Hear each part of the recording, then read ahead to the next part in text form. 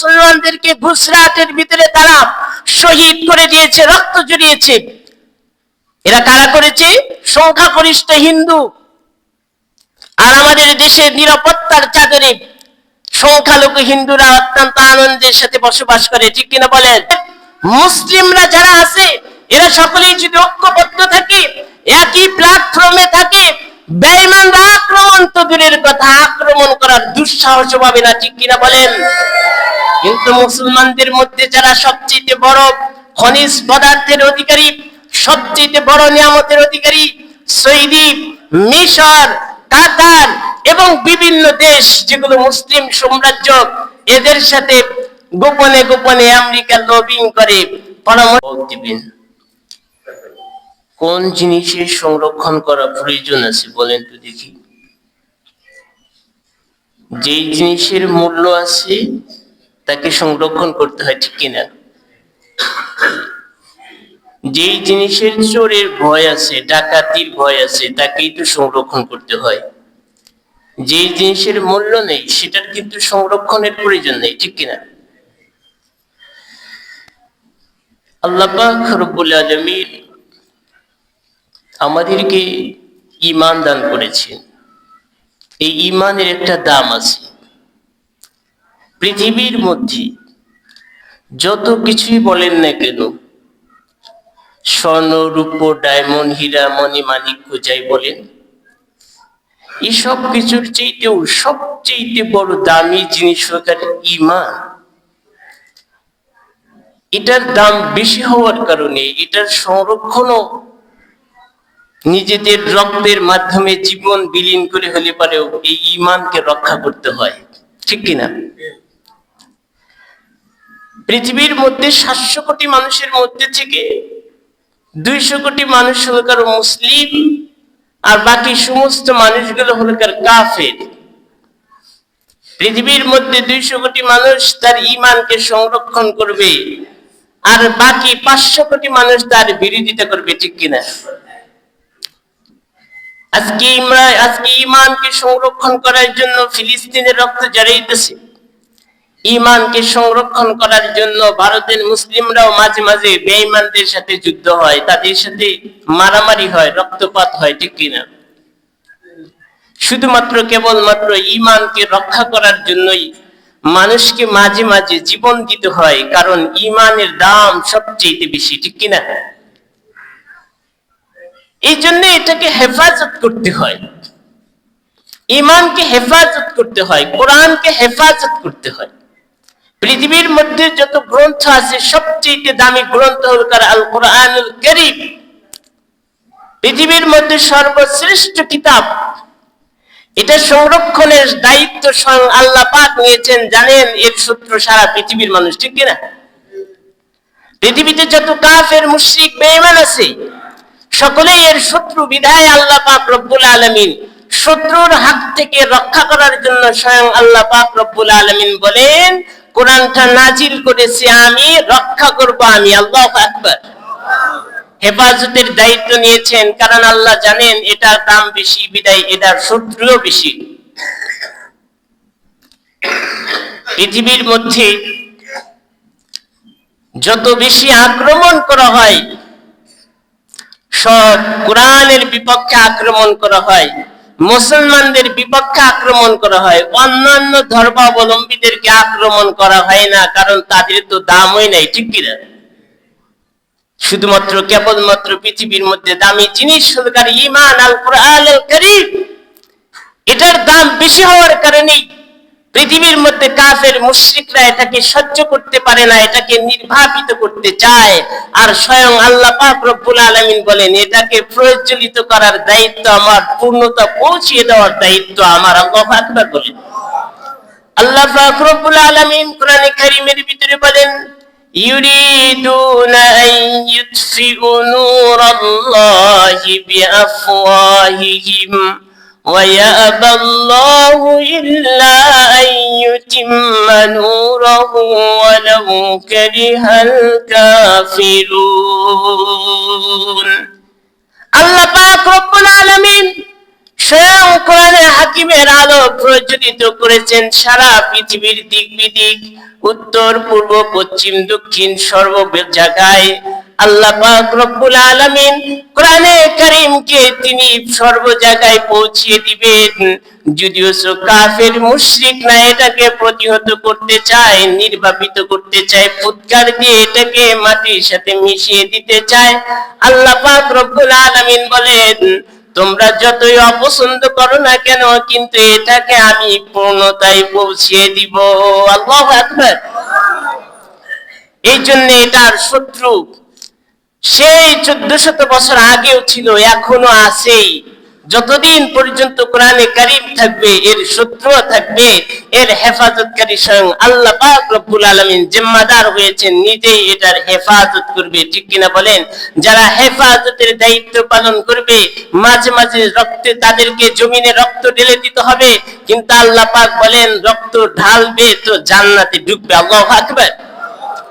যারা এটা হেফাজতের দায়িত্ব নেবে না, তারা ওই কাফের বেঈমান মুশরিকদের সাথে দালালি করার কারণে আল্লাহ পাক রব্বুল আলামিন কঠিন কিয়ামতের ময়দানে তাদের সাথে তাদেরকে জাহান্নামের ভিতরে দিবেন। ঠিক কিনা বলেন? 18 কোটি মুসলমানের মধ্যে, 18 কোটি মানুষের মধ্যে থেকে 16 কোটি মুসলমান থাকার পরেও 1 কোটি মানুষ যদি এখানে দাঁড়িয়ে যায়, ইমানের পক্ষে থাকবো, আজকে বাংলাদেশের পার্লামেন্টের মধ্যে কোরআনী আইন বাস্তবায়ন করতে বাধ্য হয়ে যাবে। ঠিক কিনা বলেন? কিন্তু এমন জাগ্রত ঈমান আজকে মানুষের ভিতরে নাই, যার ফলে মানুষের এমন পরিস্থিতি, তাদের পার্লামেন্ট পর্যন্ত আজকে কোরআন যেতে পারে না। 16 কোটি মুসলমান এখানে থাকার পরেও তারপরে তাদের মুসলিম পার্লামেন্টে এখনো পর্যন্ত কোরআনের আইন জারি হয় না। বরং পত্তলিকদেরকে খুশি করার জন্য মাঝে মাঝে বিসমিল্লাহ উঠায় দেয়। ঠিক কিনা বলেন? মাঝে মাঝে নবীদের কাহিনীগুলো, ধর্ম বই, ইসলাম বই থেকে নবীদের কাহিনীগুলো তুলে ফেলে দেওয়া হয়। আবার মাঝে মাঝে হিন্দুদের কল্প কাহিনীগুলো পড়ানো হয় মুসলমানদের ঈমান এবং নৈতিক শিক্ষা দেওয়ার জন্য। ঠিক কিনা বলেন? এগুলো হলো কার মুসলমানদের ঈমানি হালাকিয়াত, ঈমান দুর্বল হয়ে যাওয়ার কারণে, ঈমান ধ্বংস হয়ে যাওয়ার কারণে আজকে তাদের কোরআন থেকে এই গুটি কয়েকটি নামধারী মুসলমান তাদের হৃদয় থেকে কোরআনকে দূরে সরাইতেছে। ঠিক কিনা বলেন? আমরা মনে করি যে আমরা ডিজিটাল হইতেছি, আমরা আধুনিক হইতেছি। ঠিক কিনা বলেন?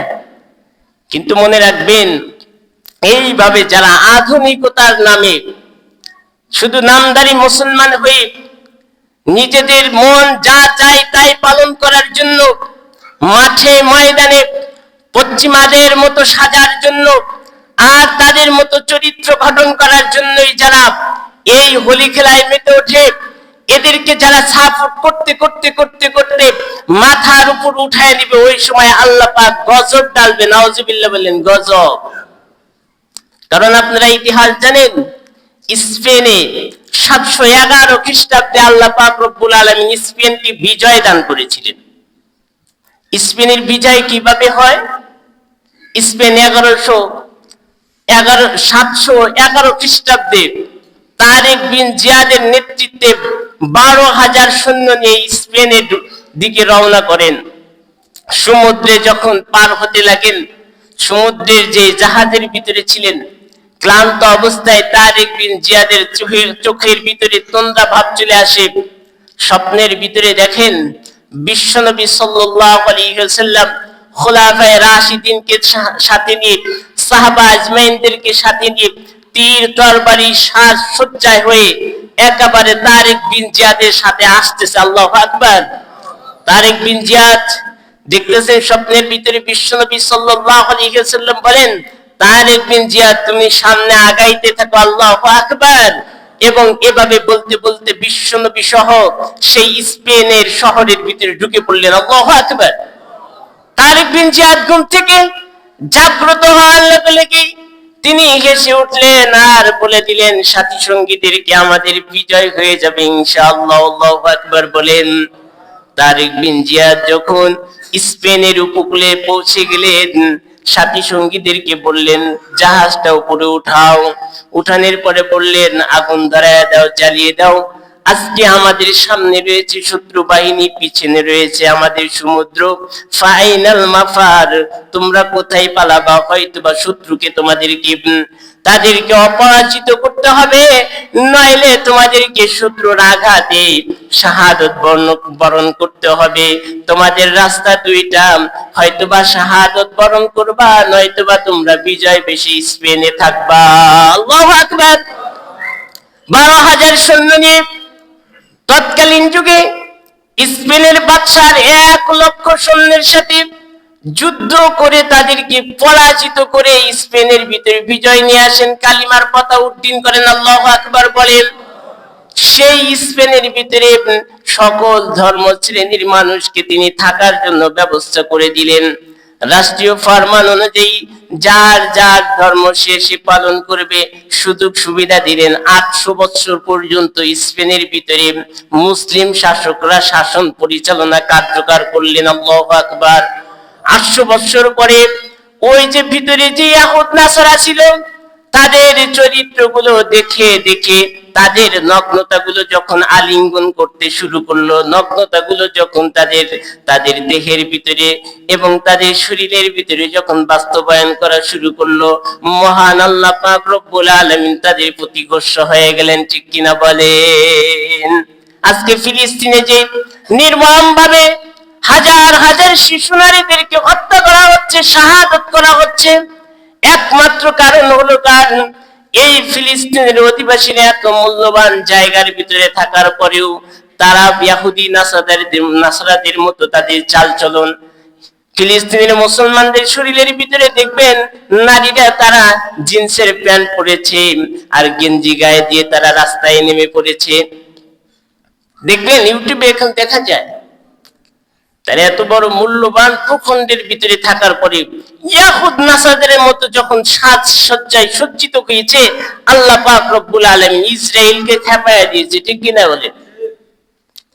অদূর ভবিষ্যতেও বাংলাদেশের মুসলমান যদি ওই পৌত্তলিক ভারতের প্রতি বেশি উচ্ছ্বসিত হয়ে মহাব্বত দেখাইতে গিয়ে পৌত্তলিকদের মতো যদি সজ্জায় সজ্জিত হয়, বেঈমানদের মতো যদি চালচলন হয়, তাদের আদর্শগুলো যদি আলিঙ্গন করতে থাকে, আল্লাহ পাক এভাবে গজব দিয়ে দিবেন, ঠিক কিনা বলেন? বেঈমানদেরকে তখন শক্তিশালী করে দেয় আল্লাহ, মুসলমানদের ঈমান দুর্বল করে দেয়, যার ফলে মুসলমানদের সাথে বেঈমানদের সাথে যুদ্ধ হয়। এই যুদ্ধের মধ্যে দেখা যায় যে বেঈমানরা তখন শক্তিশালী হয়ে যায়। এর কারণ কি? ওই যে তাদের ঈমান দুর্বল হয়ে যাওয়ার কারণে, ইসলামের মূল শিকড় থেকে তারা দূরে চলে আসার কারণে তাদের এই পদস্খলন ঘটে। তারিক বিন জিয়াদের নেতৃত্বে 800 বছর পর্যন্ত যখন স্পেনের এখানে ইসলামিক পতাকা উড্ডীন হয়েছিল, 800 বছর পর্যন্ত মুসলিমরা শাসন কার্য পরিচালনা করলেন। করার পরে এই মুসলিমরা যখন ইয়াহুদ নাসারাদের মতো চলাফেরা শুরু করে দিলেন, তখন এই ইহুদিদের মধ্যে থেকে একটা বিশাল বড় দল দাঁড়িয়ে গেল। রানী ইসাবেলা পার্শ্ববর্তী দেশ থেকে ফার্ডিন্যান্ড, এই দুইজন সহ এই স্পেনের উপর আক্রমণ করে মুসলমানদেরকে পরাজয় করে দেন, নাউজুবিল্লাহ বলেন। এরপরে যে সমস্ত মুসলমানরা নিরস্ত্র ছিল, এদের সকলকে বলে দিলেন, তোমরা যদি নিরাপত্তা চাও, তোমরা যদি স্বাধীনভাবে এই দেশে বাঁচতে চাও, তাহলে তোমরা সকলে নিরাপদ স্থান তোমাদের মসজিদে চলে যাও, অথবা খ্রিস্টানদের জাহাজের ভিতরে আত্মগোপন করো, তাহলে তোমাদেরকে নিরাপত্তা দান করা হবে, অথবা অন্য দেশে পাঠিয়ে দেওয়া হবে। ইয়াহুদ নাসারারা বড় ধোঁকাবাজ। সাধারণ মুসলমান, সরল সোজা মুসলমান তাদের ঘোষণা মোতাবেক মনে করেছেন তারা আমাদের সাথে প্রতারিত করবেন না, প্রতারণা করবেন না, বিদায় সকলে মসজিদের ভিতরে ঢুকেছেন, আর অনেকেই সেই সমুদ্রের জাহাজের ভিতরে ঢুকেছেন। প্রতারক ইহুদি খ্রিস্টানরা এই মুসলমানদের এই মসজিদগুলোর চতুর্দিক থেকে আগুন ধরা যায়, নাউজুবিল্লাহ বলেন। হাজার হাজার লক্ষ লক্ষ 7 লক্ষ নারী পুরুষ শিশু এখানে আগুনে তাদেরকে দগ্ধ করে পুড়িয়ে মেরে ফেলা হয়। আকাশ বাতাস তাদের কান্নায় মুখরিত হয়ে যায়। তাদের কান্না কে দেখে, তাদের চিৎকার শোনার মতো আর কেউ ছিল না। তাদের এই দুর্দিন একমাত্র এই কারণে এসেছিল, তারা ইসলামের মূল শিকড় থেকে দূরে চলে যাওয়ার কারণে আল্লাহ পাক তাদের উপরে গজব ঢেলেছেন, তাদের শাহাদত বরণ করতে হয়েছে। ঠিক তদরূপ ভাবেও যদি মুসলিম সাম্রাজ্য যদি তাদের ঈমান এবং আকীদা বিশ্বাস থেকে, তাদের আদর্শ থেকে যখন ছিটকে আসবে, দূরে চলে আসবে, বেঈমানদের আদর্শ যখন তারা আলিঙ্গন করবে, বেঈমানরা তাদের উপর শক্তিশালী হয়ে তাদের উপরে আক্রমণ করে পরাভূত করে, ঠিক কিনা? এই জন্যে বেঈমানদেরকে কখনোই বন্ধু বানানো যাবে না। ভারত আমাদের বন্ধু কখনো হয় নাই, কোনোদিন হবেও না। পৃথিবীর মধ্যে কট্টরপন্থী হিন্দু এরা সকলেই মুসলিম বিদ্বেষী, এরা চায় মুসলিমরা যেন এই পৃথিবীতে বেঁচে না থাকে। খ্রিস্টানরা যেমন ভাবে মুসলমানদেরকে রক্ত খেয়েছে, ঠিক তদ্রূপ ভাবেও এই হিন্দু জাতীয় মুসলমানদের বিরুদ্ধে তারা কখনোই মুসলমানদেরকে নিরাপত্তা দেয় নাই, কিয়ামতের আগেও কোনোদিন দিবে না। কারণ আল্লাহ পাক বলছেন, ইন্নাল্লাযীনা কাফারু আউলিয়াউহুমুত তাগুত, যারা কাফের তাদের অভিভাবক হলো কার? শয়তান, তাগুত। যদি তাদের অভিভাবক শয়তান হয়, শয়তান কি মুসলমানের পক্ষে না বিপক্ষে? ইন্নাশ শাইতানা আদুওয়ান, আল্লাহ পাক বলে দিয়েছেন শয়তান হলো কার? তোমাদের শত্রু। শয়তান তাদের অভিভাবক, যেহেতু তাদের শয়তান অভিভাবক, অতএব শয়তান কখনো মুসলমানদের পক্ষে তাদের রায় দিবে না, বরং মুসলমানকে পৃথিবীর থেকে বিদায় দেওয়ার ষড়যন্ত্র এঁকে দিবে, ঠিক কিনা বলেন? দারুন নাদওয়াতে বিশ্বনবী সাল্লাল্লাহু আলাইহি ওয়াসাল্লামকে পৃথিবীর থেকে বিদায় দেওয়ার জন্য এই শয়তানি পরামর্শ দিয়েছিলেন, ঠিক কিনা বলেন? ঠিক তদ্রূপ ভাবেও পৃথিবীর মধ্যে কাফের, মুশরিক, বেঈমান যারা আছে তাদের অভিভাবক হলো কার? শয়তান। আর এই শয়তান তাদেরকে কুমন্ত্রণা দেয় মুসলমানদেরকে কিভাবে এই পৃথিবীর থেকে বিদায় করা যায়, মুসলমানদেরকে কিভাবে জমিনের সাথে মিশিয়ে দেওয়া যায়। এই জন্য সুস্বাদ থাকতে হবে। অনেকেই দেখা যায় মায়া কান্নায় জ্বলে পড়ে, আরে ভারতের সাথে আমাদের বন্ধুত্ব থাকতেছে না। ভারতের সাথে বন্ধুত্ব থাকলেও যে ক্ষতি, বরঞ্চ ভারত যদি শত্রু হিসাবে থাকে, আমরা যদি শত্রুর ব্যাপারে সোচ্চার থাকি, তাহলে ভারত আমাদেরকে ক্ষতি করতে পারবে না। কিন্তু ভারতকে, শত্রুকে যদি আমরা বন্ধু রূপে গ্রহণ করি, তাহলে আমাদের ক্ষতি নিশ্চিত হবে, নির্বিঘ্নে হবে, ঠিক কিনা বলে? কিন্তু অনেকেই এই যে আজকে ভারত যে খেলা খেললো, কি হয়েছে? ভারতের কি আঘাত করেছিল মুসলমান? আজ পর্যন্ত কোনো মন্দিরে আঘাত করে নাই। ভারতের বেঈমান কাফেরেরা আমাদের বাবরি মসজিদকে দখল করে নিয়ে সেখানে রাম মন্দির কায়েম করেছে, এখনো জ্বলে ওঠার সময় আসে নাই। হাজার হাজার মুসলমানদেরকে গুজরাটের ভিতরে তারা শহীদ করে দিয়েছে, রক্ত ঝরিয়েছে। এরা কারা করেছে? সংখ্যাগরিষ্ঠ হিন্দু। আর আমাদের দেশের নিরাপত্তার চাদরে সংখ্যালঘু হিন্দুরা অত্যন্ত আনন্দের সাথে বসবাস করে, ঠিক কিনা বলেন? অথচ সেই ভারতে আমাদের মুসলিমদেরকে, হাজার হাজার মুসলিমদেরকে নির্মমভাবে হত্যা করা হয়েছে। অন্তঃসত্ত্বা মায়ের, তার পেটের থেকে বাচ্চা টেনে বের করে ফেলে দেওয়া হয়েছে। এমন নির্মমভাবে হত্যা করেছেন এই ভারতের হিন্দু বৌদ্ধরা। সেই ভারতের ব্যাপারে এখনো আমাদের মায়া কান্না আসে, এখনো জ্বলে ওঠার সময় আছে। রাসূল বলে গিয়েছেন, হিন্দুস্তানের সাথে মুসলমানদের একটা যুদ্ধ হবে। এই জন্য এই যুদ্ধের ব্যাপারে রাসূল সাল্লাল্লাহু আলাইহি ওয়াসাল্লাম 1400 বছর আগে আমাদেরকে সতর্ক করে গেছেন। অতএব কারণে ভারতকে বন্ধু বানানোর কোনো সুযোগ নাই, ঠিক কিনা বলেন? যখন শত্রুকে শত্রু বানাবেন, তখন শত্রু আপনাকে ঘায়েল করতে পারবে না। কিন্তু যখন শত্রুকে বন্ধু বানিয়ে পকেটে রাখবেন, তখন সেই শত্রু চরমভাবে আপনাকে গর্তের ভিতরে নামায় ফেলবে, ঠিক কিনা বলে? এই জন্য সোচ্চার থাকতে হবে। ভারত আমাদের কখনো উপকার করে নাই। আপনারা বলতে পারেন 1971 সালে ভারত আমাদেরকে উপকার করেছে, কোটি গুণ লাভ নিয়ে গেছে। আজও পর্যন্ত 16 বছর ভারত আমাদের বন্ধু হিসেবে এসে ভারত যে পরিমাণ আমাদের বাংলাদেশে ক্ষতি করেছে, অন্য কেউ পরিমাণ ক্ষতি করতে পারে নাই। আমাদের চিনির মিলগুলো বন্ধ করে দেওয়া হয়েছে ভারত থেকে চিনি আসবে বলে। পেঁয়াজের উৎপাদন কমে গিয়েছে, ভারত থেকে পেঁয়াজ আসবে বলে আমাদের কৃষকরাই তো এগুলো উৎপাদন করতে পারে, এগুলো তৈরি করতে পারে। আল্লাহু আকবার। তাহলে কেন সেগুলো আমরা বাহির থেকে কিনে আনবো? এগুলো বন্ধুত্ব নয়, বরঞ্চ বন্ধুর চাদরে আমাদেরকে মারাত্মক ভাবে পঙ্গে বাজ দেওয়া। এই জন্য সোচ্চার থাকতে হবে, মুসলিম জাতি ঐক্যবদ্ধ থাকতে হবে, পিছপা হওয়া যাবে না। আমাদের পরীক্ষা আসবেই, পরীক্ষার জন্য আল্লাহ পাক পৃথিবীতে প্রেরণ করেছেন। আমাদের ভিতরে আল্লাহ পাক ঈমান দিয়েছেন, তামাদ্দুন দিয়েছেন, ইজ্জত দিয়েছেন, সম্মান দিয়েছেন। যদি আমরা ঈমান, আকীদা, বিশ্বাসকে যদি আমরা টিকিয়ে রাখতে চাই, তাহলে বেঈমানের সাথে আমাদের কোনো বন্ধুত্ব হবে না। আমেরিকা আমাদের বন্ধু নয়, রাশিয়া আমাদের বন্ধু নয়, ইসরায়েল আমাদের বন্ধু নয়, ভারত আমাদের বন্ধু নয়। বন্ধু হলো তার মুসলিম কান্ট্রি, যেগুলো মুসলমান, তারা হলো তার আমাদের বন্ধু। ঠিক কিনা বলেন? আফগানিস্তান আমার বন্ধু, পাকিস্তান আমার বন্ধু, মধ্যপ্রাচ্যের সৌদি আরব আমার বন্ধু। এরা হলো কার ঈমানওয়ালা। ঠিক কিনা বলেন?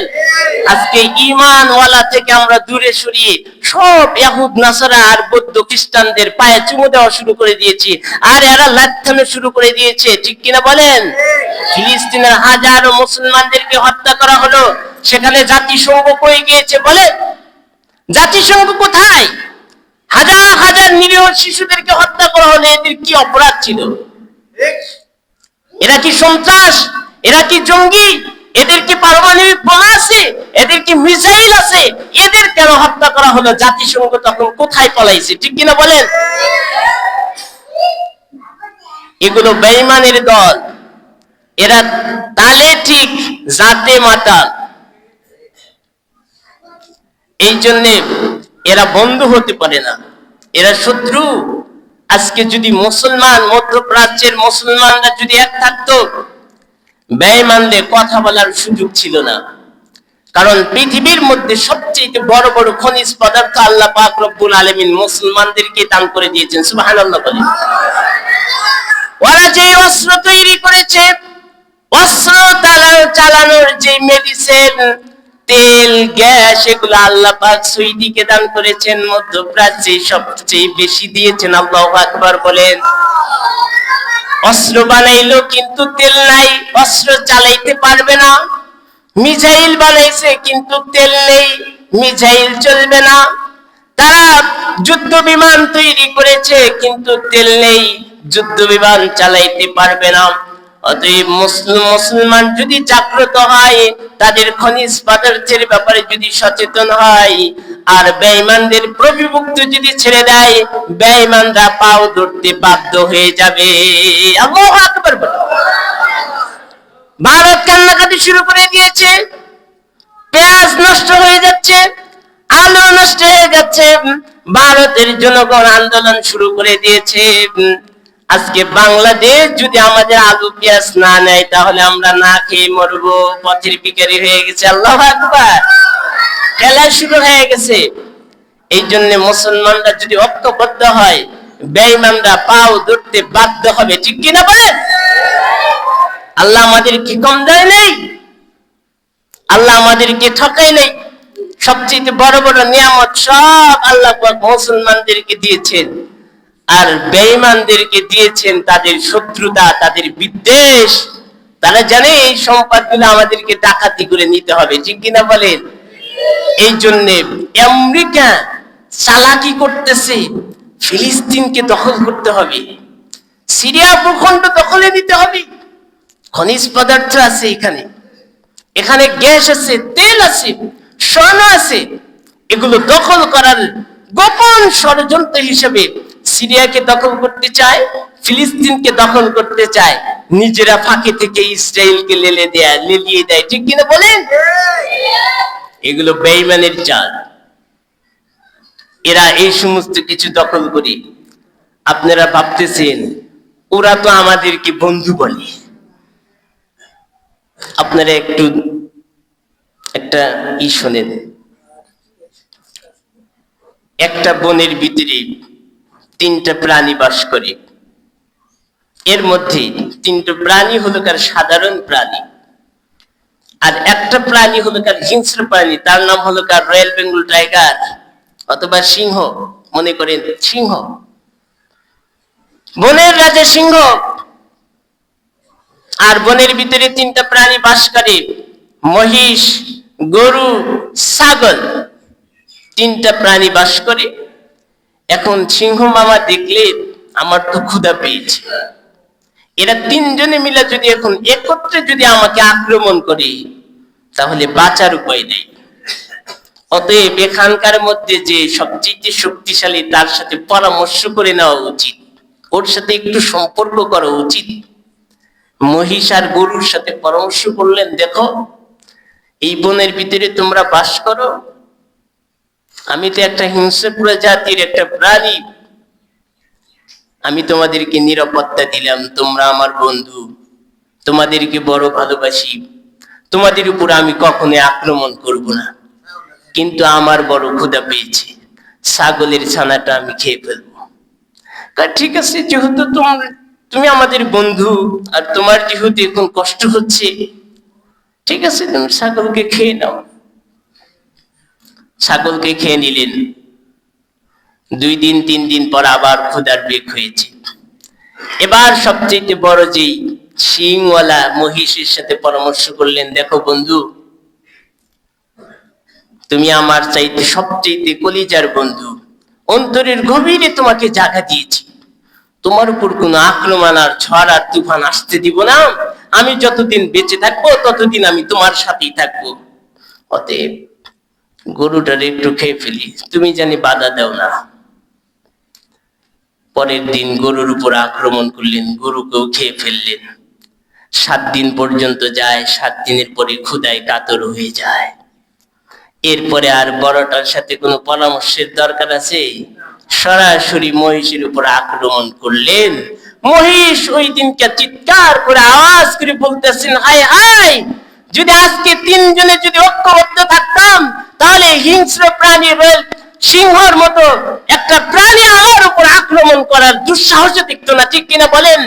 ঠিক তদ্রূপ ভাবে মুসলিম সাম্রাজ্যের মুসলিমরা যারা আছে এরা সকলেই যদি ঐক্যবদ্ধ থাকে, একই প্ল্যাটফর্মে থাকে, বেঈমানরা আক্রমণ তো দূরের কথা, আক্রমণ করার দুঃসাহস পাবে না, ঠিক কিনা বলেন? কিন্তু মুসলমানদের মধ্যে যারা সবচেয়ে বড় খনিজ পদার্থের অধিকারী, সবচেয়ে বড় নিয়ামতের অধিকারী, সৌদি, মিশর, কাতার এবং বিভিন্ন দেশ যেগুলো মুসলিম সাম্রাজ্য, এদের সাথে গোপনে গোপনে আমেরিকা লবিং করে, পরামর্শ করে, তোমাদের কোনো সমস্যা নাই, ফিলিস্তিনকে আমি টাইট করব। ফিলিস্তিনকে টাইট করার পরে যখন ফিলিস্তিন দখল করে নেবে, এরপরে বলবে যে অসুবিধা নাই, তোমাদের কোনো সমস্যা নাই সৌদি, আমি তোমার সাথে আছি, কিন্তু সিরিয়াটা আমি দখল করতে চাই, সিরিয়া আমার চরম শত্রু।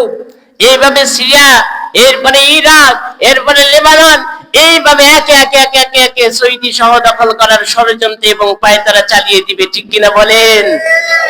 বেঈমানরা কখনো বন্ধু হয় নাই, এরা চিরশত্রু।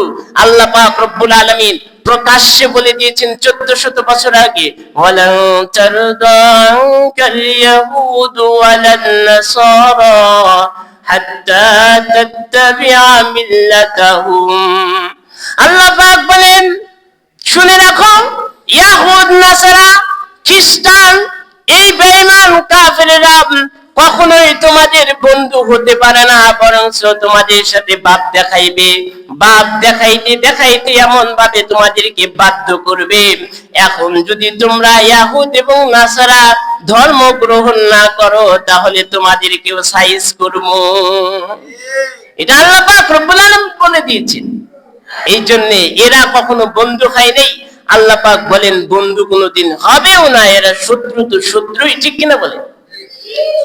কিন্তু আজকে তো আমরা এই ইহুদ নাসারাদেরকে বন্ধু বানানোর জন্য যে আমেরিকাকে বন্ধু বানায় মনে হয় যে হয়ে গেল না, আমেরিকা যার সাথে বন্ধুত্ব করেছে তাকে শেষ করে দিয়েছে।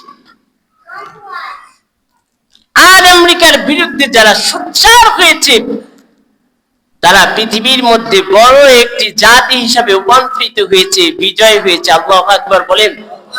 আফগানিস্তান কোনো অস্ত্র ছিল না, কোন সৈন্য ছিল না, মাত্র 18,000 সৈন্য নিয়ে আমেরিকার সাথে যুদ্ধ করেছে, রাশিয়ার সাথে যুদ্ধ করেছে, সকলকে পরাজিত করে আজকে কোরআনের আইন বাস্তবায়ন করে পৃথিবীকে দেখাইয়ে দিয়েছেন। আল্লাহু আকবার বলেন।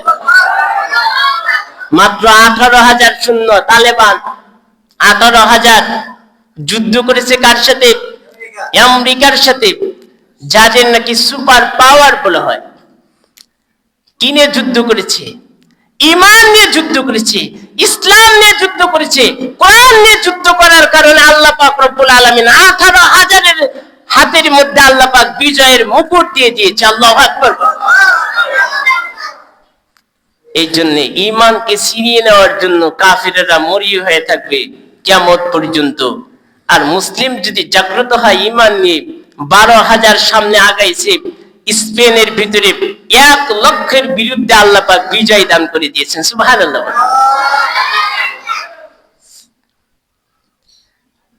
এই জন্য স্পেনের ইতিহাস থেকে আমাদেরকে শিক্ষা গ্রহণ করতে হবে। 800 বছর পর্যন্ত মুসলিমরা যখন স্পেন চালাইছে, কোনো ইহুদিকে কষ্ট দেয় নাই, কোনো হিন্দুকে কষ্ট দেয় নাই। কিন্তু যেই দিনটা ইহুদিরা এই রাষ্ট্র দখল করলো 800 বছর পরে, তখন মুসলমানদেরকে নির্মমভাবে জ্বালিয়ে হত্যা করেছে। ঠিক কিনা বলেন? এই কাফের মুশরিকরা যখন আমাদের বন্ধু হিসেবে রূপ নিয়ে পরবর্তীতে যখন আমাদেরকে দখল করে নেবেন, তখন আমাদের পরিণত ঠিক অবিকল স্পনের মতো করবে। ঠিক কিনা বলেন? এই জন্য জাগ্রত হতে হবে।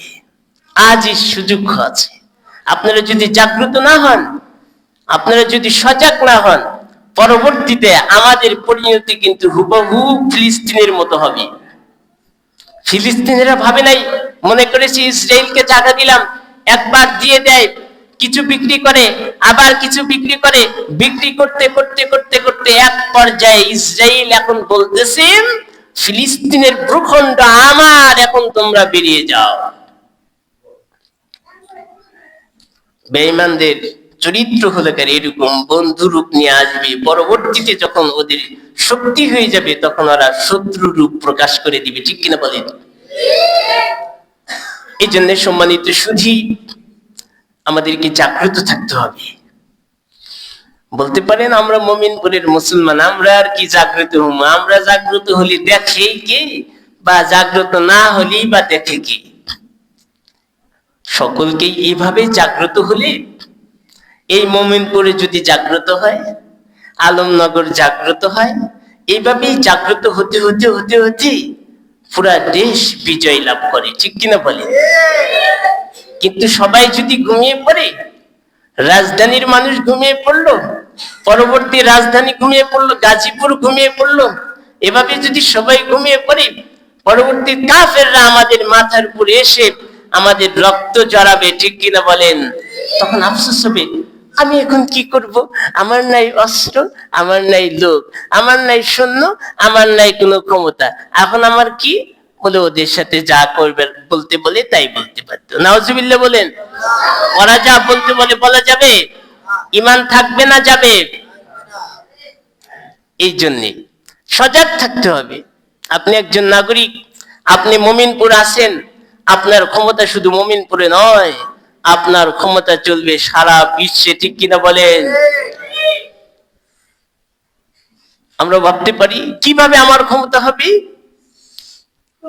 আপনি বিশ্ব ইতিহাস পড়ে দেখেন, যারা বিশ্বকে নেতৃত্ব দান করেছে, আপনার মতো অজগর একরাম মুমিনপুর থেকে জন্মগ্রহণ করে সারা বিশ্বকে পরিচালনা করেছে। ঠিক কিনা বলেন?